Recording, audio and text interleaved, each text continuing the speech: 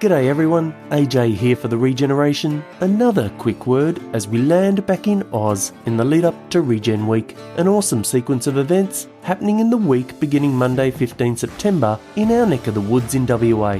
I'm so looking forward to seeing some of you amongst it, and thanks to the generous organisers of both the Regenerating Food Systems Conference, Regen WA's second major conference at Perth Stadium, and the subsequent Grounded Festival, Australia's version of the UK's Groundswell and US's Old Salt, paid subscribers on Patreon and Substack can access a 10% discount for both two-day events. That's almost $50 off your ticket to the fest, and even more off your conference registration, well eclipsing the cost of a baseline subscription. So if you're not a paid subscriber, you could join up now, help keep the show going, and get other exclusive benefits like these significant discounts to the best Regen conference and new festival in Australia. More info on the website, all linked in the show notes. Hope to see you there. You know, in a way I feel like there's a touchstone for this yarn, and perhaps unsurprisingly, because it wasn't lost on me that you said in the book you think about this at least once a day, and it was the footage you once saw of the Andaman Islanders. Yeah, man. Can you describe that? Yeah. Thanks, man. No one's ever asked me about that. You know, thank you. You bet.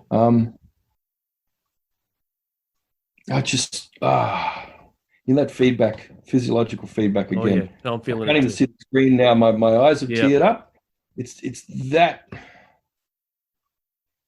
that much of a longing, you know? Yeah. And I've never been able to find it again. I've spent so many hundreds of hours looking for that footage, and I can't find it. But it was a long time ago I saw it.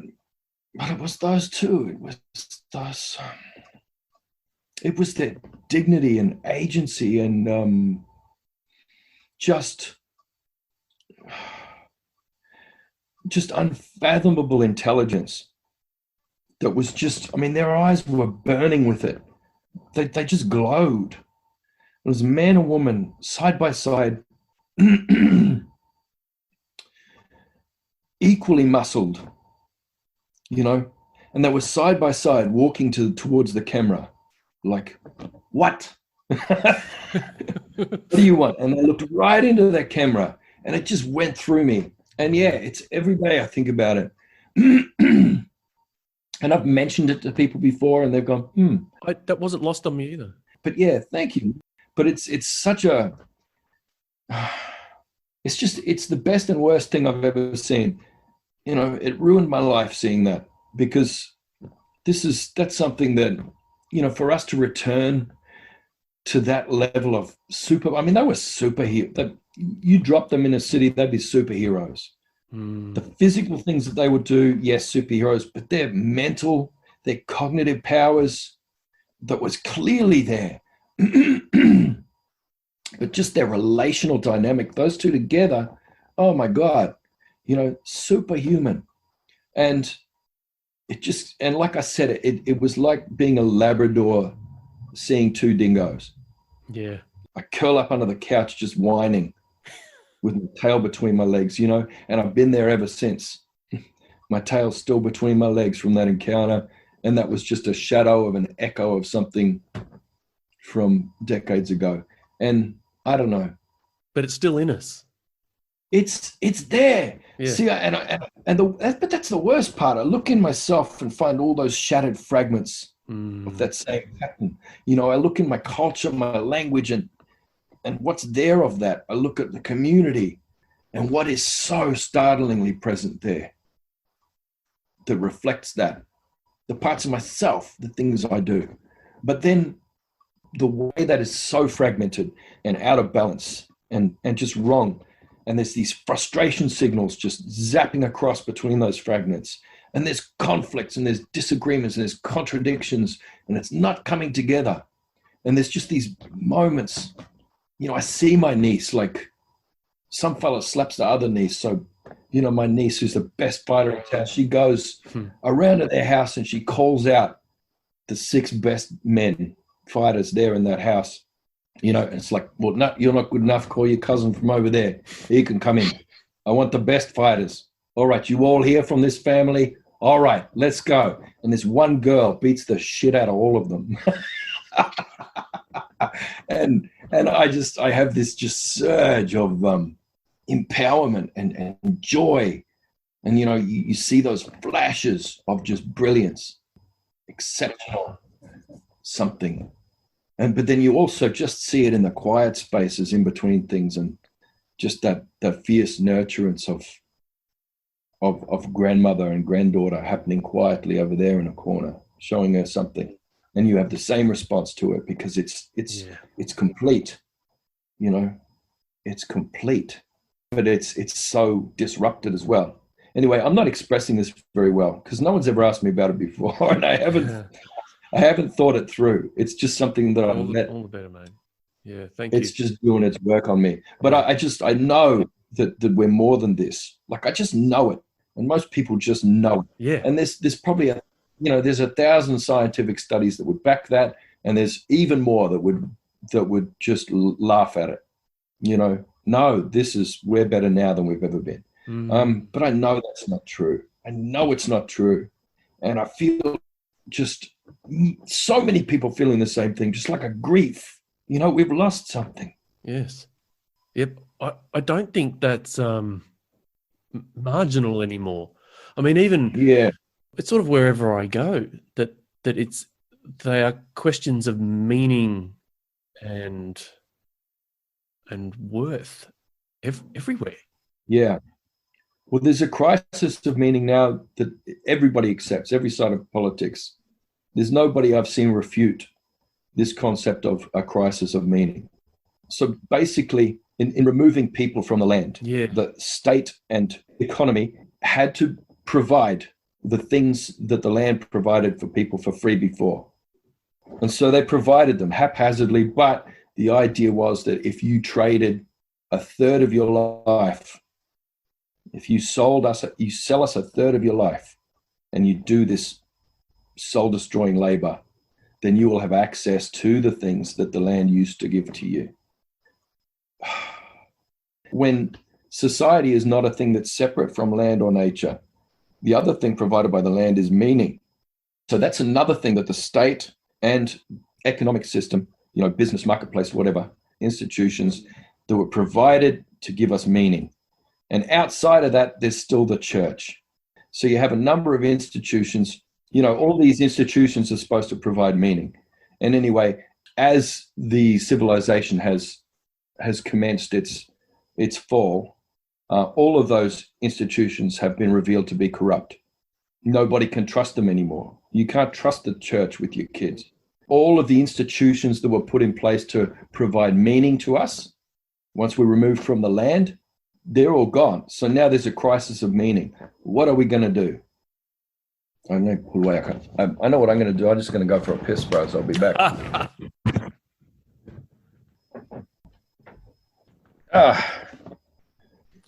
Well, mate, give us the little story about the piece of music that's been significant to you.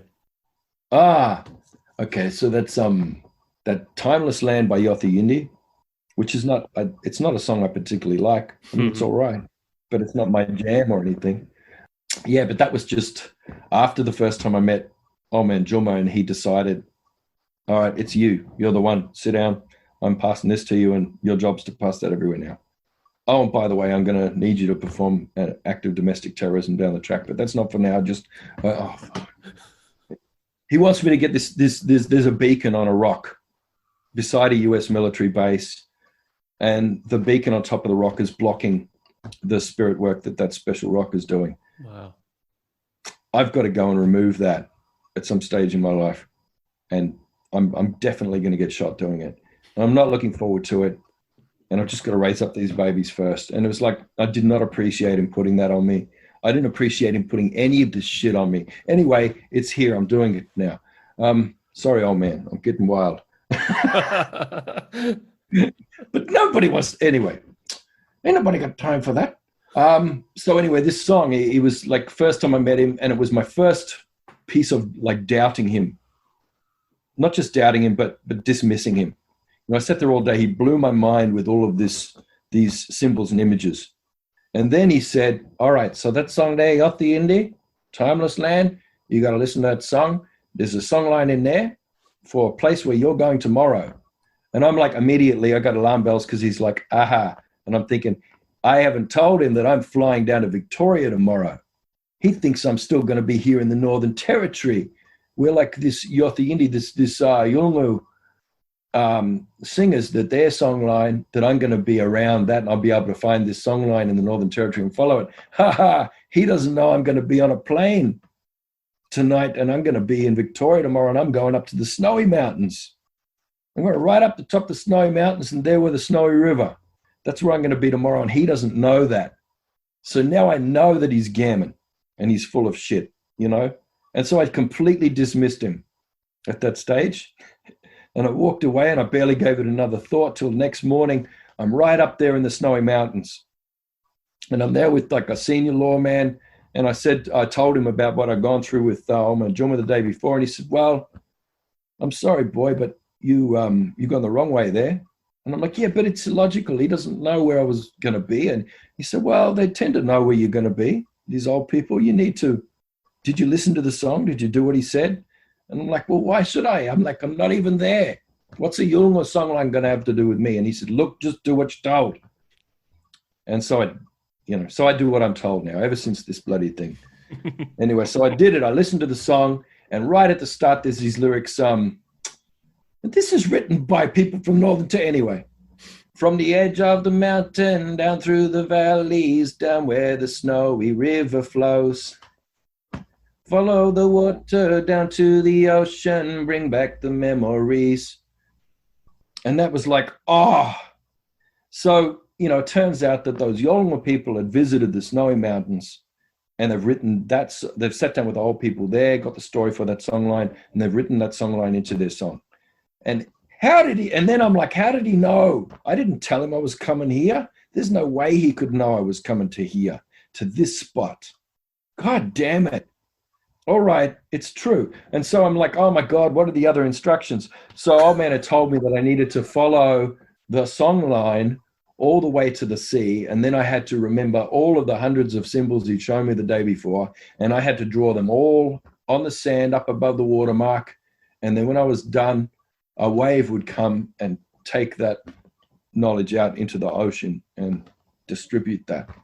That was the instruction. And that's the lyrics of the song, like, follow the water down to the ocean, bring back the memory. And I'm like, no. And anyway, I went and I did it. And, and I'm not going to do it like a big, like, oh, it happened. It's just like, yeah, of course the wave came up. The wave took it out. Like, of course all that happened. And is this like a transcendent moment for me? No, it's just annoying. It means I'm definitely going to have to get shot by Americans one day when I'm taking out that beacon. And I don't want to get shot by Americans. I want to get shot by my own people if I'm going to get shot. Or speared, preferably. Which, it's not impossible. No, that's right. Be careful what you wish for. Cheeky as I am, if I don't start showing a little bit more respect for these old people who are sharing truth with me, if I don't start trusting in this dreamtime rapture that's apparently going to happen, if I don't start, I don't know, man. If I don't start embracing this mobile phone and this Zoom meeting like it's part of creation, and I don't follow those instructions, then maybe I will end up getting speared. But I'm not even close yet, bros. It's why I keep warning people, no, stop. Don't come to me for wisdom. I've got no answers. I'm a cheeky boy with a bunch of questions and some interesting ways of looking at things. And none of them are my own. I'm a bowerbird collecting a bunch of shiny shit and putting around a nest for a dory. That's it. It's, don't be putting me up there. Like, I'm not a thinker. Like, people go, oh, Indigenous thinker, Tyson. No. Yes. Indigenous scholar. Okay, technically I'm a scholar, yes. But ask any scholar, like, what's Tyson's reputation? I'm not a reputable scholar. I don't do quality work. I do weird stuff that I'm just doing as a culture jam. And, so I'm a very low status person, in this society, this industrial society, and I'm a low status person in my own community.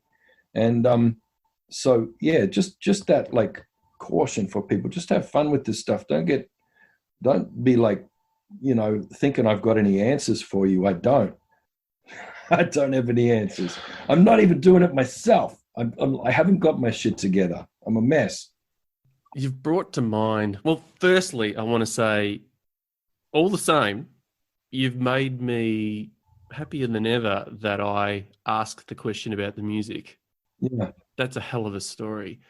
It's going to stay with me. And on the self-deprecation, you have brought to mind the line in your book that I have actually mentioned already a bunch of times to people around not being terribly special, and that actually none of us are terribly special. Yeah. And that's liberating because we can be part of something special. That's it. It's a beautiful thing. Yeah. Like, so, I say these things about myself and people are like, oh, hey, don't put yourself down. Yeah, yeah. Don't have low self-esteem. I'm like, it's not low self-esteem. I'm happy with myself. I'm intensely aware of all my defects, but I'm quite accepting of those, and I'm accepting of the fact that this is where I am. And I refuse to let my thinking overtake my feeling and tell me I should be less skeptical. I come back to our touchstone as we end, Tyson, the story that you think about every day, the footage that you saw. I come back to that as a touchstone. Yeah, and how that felt to think about that, even not having seen it. Yeah. Yeah. Well, thanks. That's good advice. Yeah. Yeah. Mate, I thank you too for your hybridized insights and lenses that you brought, mate. It's been of value to me, and I know others. So good on you for for seeing it through to so far, anyway. And good luck with the next one. The mongrel insights, bring it. Yeah, bring it. I'm actually really happy that on Zoom we managed to connect pretty reasonably and, with substance. So thanks a lot. And hopefully next time it is by a fire somewhere. That'd be awesome. And maybe even out of the city. Yeah. Well, this was a practical exploration of that hypothesis that this is a new campfire. Right on. I felt like me, Cheers, mate. Had a bit of a laugh, had a bit of a cry. Yeah. Went for a piss. It's all good.